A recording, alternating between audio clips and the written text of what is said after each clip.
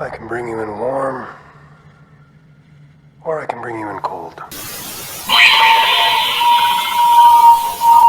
What's up, superfans? It is Fit Nerd from Superheroes Ultimate, and let's discuss Season 3 of The Mandalorian. I mean, the Book of Boba Fett.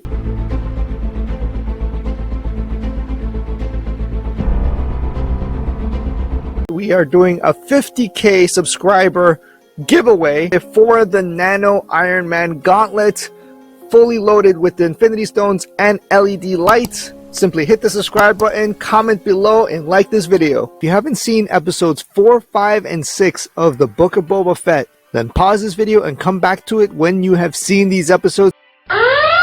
Now, as I already covered in a previous video of Boba Fett explaining how badass he's been throughout the generations, and this series is taking Boba Fett to almost a godfather-like mafioso, mob boss, tired of the bull, tired of being everyone's lackey, and moving on to bigger, better things. You can take a look at it right here. Now, in episode 4, we have Boba Fett and Fennec Shand giving us a more in-depth look at how Fennec Shand and Boba Fett became partners in the first place.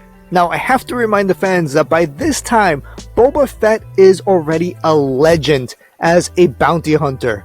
And this is why we don't see him so actively going upon pew pew pew pew, because he is not looking to be the lackey, the bounty hunter anymore. He is now looking to evolve and become the godfather of space, basically, like Jabba the Hutt. Why do you deserve to be the daimyo? I'm gonna make him an offer he can't refuse. And after all these years, we finally get to see a Wookiee rip a person's, well, sort of person, a Trandoshan, those lizard people. It's because a droid don't pull people's arms out of their sockets when they lose. Wookiees are known to do that. Where we get Coruscant ripping the arms off of a Trandoshan. And this is a beautiful nod, and giving us a little bit of backstory without actually a full-blown backstory, is that Wookiees and Trandoshans have not had the best of relationships. Trandoshans are known to go and hunt Wookiees for their fur. Now, since Boba Fett is looking for an army of his own, Looks like you could use a job. it just makes total sense to add a Wookiee that can rip off the limbs of your enemies with ease, right?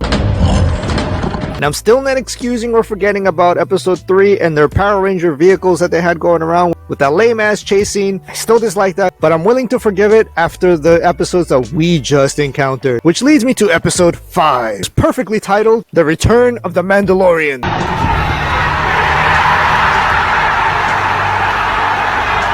I can bring you in warm, or I can bring you in cold. Now, episode 5 gives us an inside look directly after the events of the Mandalorian Season 2 finale. Clearly, Mando is back at it, bounty hunting the scum of the universe, while rocking the Darksaber, and all the while traveling via intergalactic public transportation. Now, after going through intergalactic TSA and getting stripped of all of his weapons, Din Djarin returns to the Mandalorians. Back to Armorer, who forged his Beskar armor in Season 1, and Paz Vizsla, the heavy infantry Mandalorian, who clearly has been having beef with Mando since Season 1 because they first had a duel in Season 1 because of his new armor, and now because of the Darksaber, he wants that too. It kind of seems like Paz Vizsla is just mad jelly of our Mando because he's always getting new cool stuff. And after a brief Mando to Mando epic fight scene, Mando is declared to not be a Mandalorian anymore. You are not a Mandalorian. Now, of course, there are two types of Mandalorian which I really want to specify on, because there's the hardcore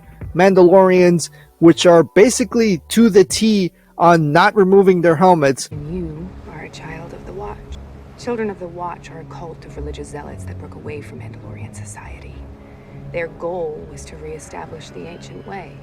And then there's the Mandalorians on the other side, like Bo-Katan, who do remove their helmets, but are still Mandalorian. I am Bo-Katan of Clan Kryze.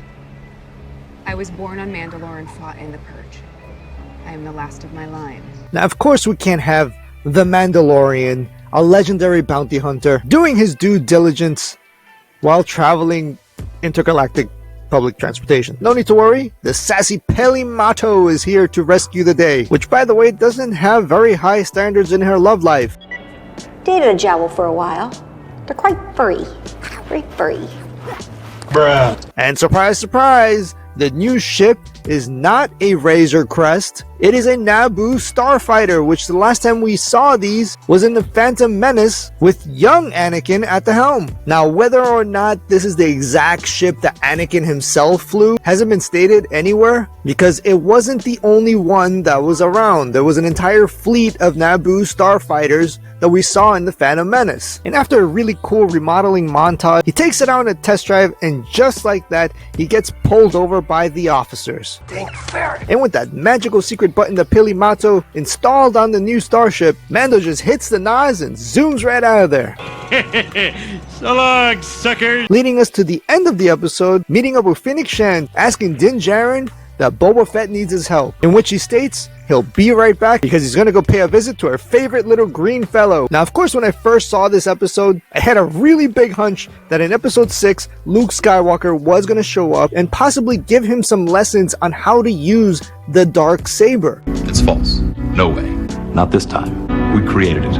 Not this time. No. And off we go to episode 6, and episode 6 leads us back to the sheriff that we saw in The Mandalorian, still gunslinging and protecting his town without the Mandalorian armor. And we get the introduction of another character brought to life with the legendary bounty hunter that we saw in the Clone Wars, Cad Bane. Now, Cad Bane was a total badass who was known to be an extremely dangerous bounty hunter, one of the most dangerous way before Boba Fett was legend, who Ahsoka Tano knows all too well from the events of the Holocron heist in the Clone Wars.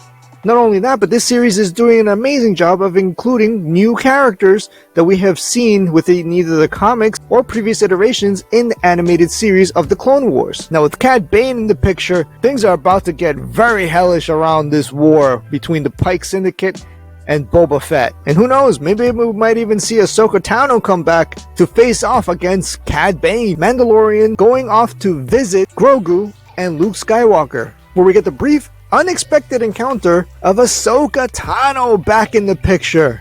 Now, here's where I absolutely started to lose my mind, because when Ahsoka Tano and Luke Skywalker are talking and they have a quick mention about Luke's father, So much like your father. the only thing that came to my mind is that somewhere in the back of this episode that wasn't shown, this scenario possibly really happened. Bruh. Now, Ahsoka Tano is clearly causing a diversion to the Mandalorian so that Din Djarin does not go and end up seeing Grogu. Parkour! Michael, parkour! Parkour! Extreme! Parkour! Parkour! And in the midst of making the delivery of the Beskar, I thought it was going to be some type of like Beskar diapers of some sort, but it turns out to be some chainmail armor, to which Ahsoka Tano takes their Beskar armor to Luke to inform him of the gift for Grogu. Now, as we know, the Jedi way is to not have attachments or fall in love, and we finally get confirmation through a flashback that Grogu was in fact one of the Padawans during the events of Order 66. A long time ago, I stated that it's possible that R2-D2 and Grogu, when they saw each other, they recognized each other because of the events that happened at the temple. Well, Grogu was one of the Padawans during Order 66. So Right. there's a good chance that if we, in that scene where he saw R2-D2 and R2-D2 got excited over seeing Grogu, is that he knew Grogu from back in the day when Anakin was roaming around the temple.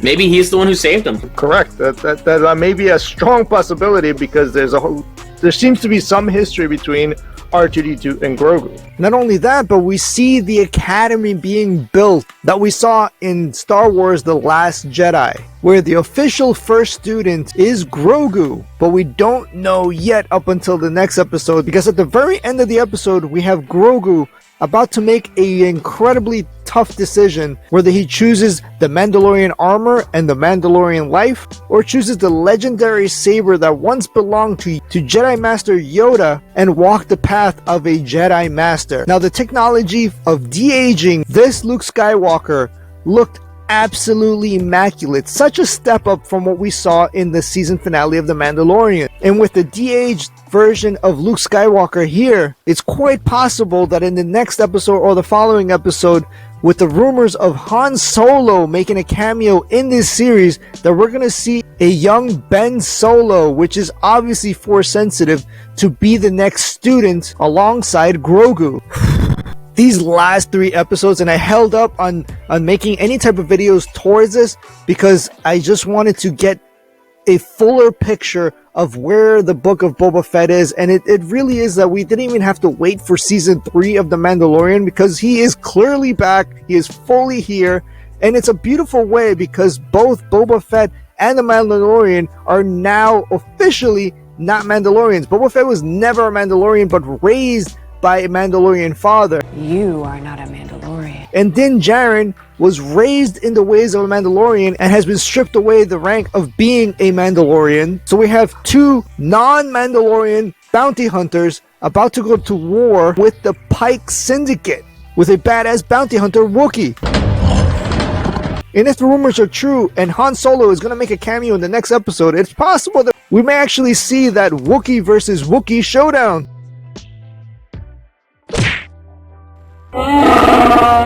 Man, there is so much going on in the book of Boba Fett, and it is doing such a great job at introducing characters that we've previously seen either in comic books or animated series, and is a perfect example of how you can introduce and really evolve characters of the Star Wars extended universe while tying in all of the things that we missed out from the Star Wars Return of the Jedi to Star Wars The Force Awakens. There's an entire slew of events that have happened that we don't know about or know much about. And through all of these new series that are coming up, we're going to be filling in all of these gaps. There you have it, superfans. The Book of Boba Fett is absolute fire. I'm still not forgiving the Power Rangers Psycho chase scene that happened. That thing sucked. Where do you guys think this is going to lead in the future of the Star Wars Extended Universe? Drop it in the comments below. As always, superfans, if you want to support the channel and get some official merch, which includes t-shirts, tank tops, mugs, totes, stickers, face masks, and so much more. So if you want to check out some of our latest official merch, take a look right below the video. Or some cool collectibles.